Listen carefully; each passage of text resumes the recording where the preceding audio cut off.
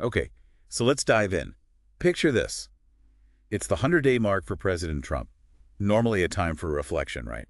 Usually. Looking back, looking forward. But this one comedic news show we looked at, they had this really funny take. They joked the shrinking GDP was like the opposite of what everyone expected. Ah, the George Costanza moment for the economy. Yeah, I remember that bit. Exactly.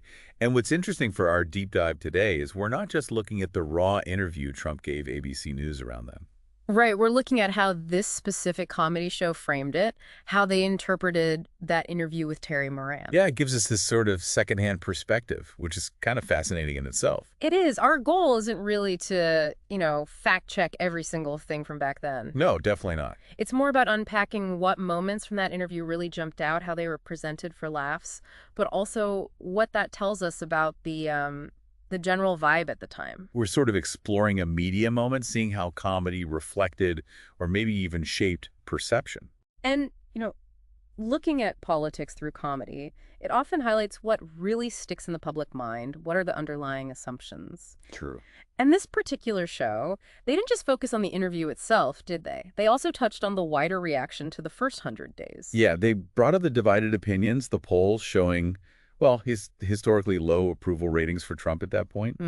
And the comedy show really leaned into that contrast. They showed those poll numbers. And then they showed clips suggesting the administration was feeling pretty good, almost celebratory. Right. There was that clip of Trump dancing. And the commentary was something like, maybe presidential happiness was the real economic indicator. A joke, obviously, but it points to that perceived gap, doesn't it, between maybe the data or the general feeling and the White House's messaging. Why do you think that specific contrast, that gap, was such fertile ground for comedy back then?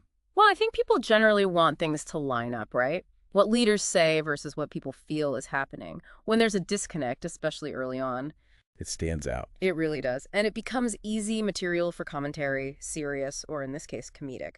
The interview itself, though, it actually started pretty light. Oh, yeah, the Oval Office tour part. Trump showing Terry Moran around. And the comedy analysis definitely had fun with that. They mentioned the comments about beautification and modernization. Leading to jokes about the decor, I think, like something from a sitcom. Something like that, yeah. They focused on little details. Oh, and the map. The foam core map of the Gulf of America, as they put it. Right, its placement seemed to catch their eye. And the portraits, too. Yes. Reagan, Lincoln, Washington, and Monroe. And that led somehow to the Monroe Doctrine. It did, and the comedic take was kind of that Trump seemed a bit unprepared on that, like he hadn't done the reading, maybe focus more on the word doctrine.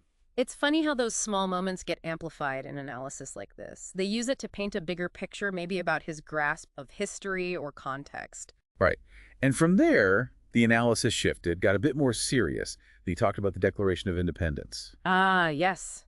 And this was a key moment, according to the comedy program's take, when Moran asked about the Declaration's meaning. Trump's answer was reportedly about unity and love and respect. Which, the comedy show obviously found ironic. Hugely ironic, because the Declaration of Independence is, well, fundamentally about separation, isn't it? Breaking away. Exactly. That contrast was the core of the joke. The commentary even made a quip about the interviewer's expression, like a teacher wanting to call the guidance counselor or something. Yeah, it really hammered home this idea of a maybe fundamental misunderstanding of a core American text. And if you zoom out, it does raise questions, doesn't it? About the baseline understanding that informs a leader's worldview or how they frame things. Definitely.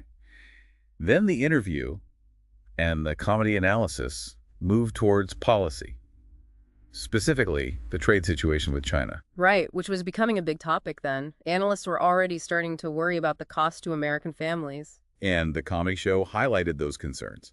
They played the clips of analysts warning about price increases. And then they juxtaposed it, didn't they? With a clip of Trump from the campaign trail. Yeah, promising to immediately bring prices down, followed by some sarcastic comment from the host, like, oh, I must remember that differently. So pointing out that potential gap between campaign rhetoric and the economic discussions happening just 100 days in. But the part that seemed to get the most attention in the comedic analysis, the real centerpiece, had to be the deportation discussion. Kilar Garcia and the tattoos. Yes.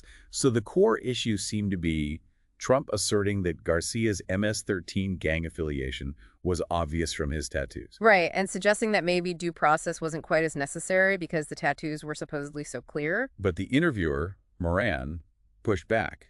He apparently pointed out that the man himself denied being in a gang. And that's where it got really contentious, based on the analysis, all focus on interpreting those tattoos. The comedy show's angle was that Trump seemed to think the interpretations, maybe labels explaining the tattoos, were part of the tattoos themselves.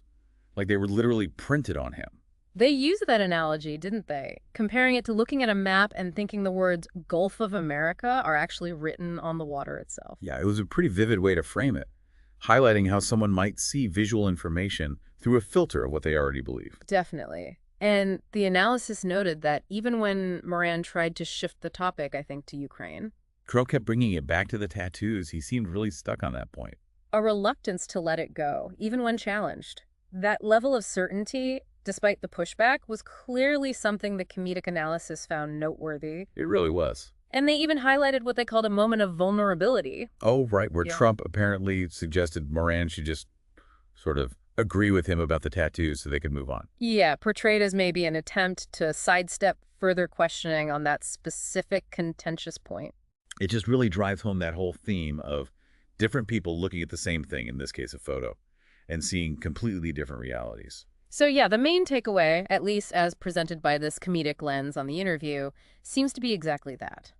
These stark differences in how basic facts or images are perceived and interpreted. And how those different interpretations can lead to completely different conclusions about what's actually happening.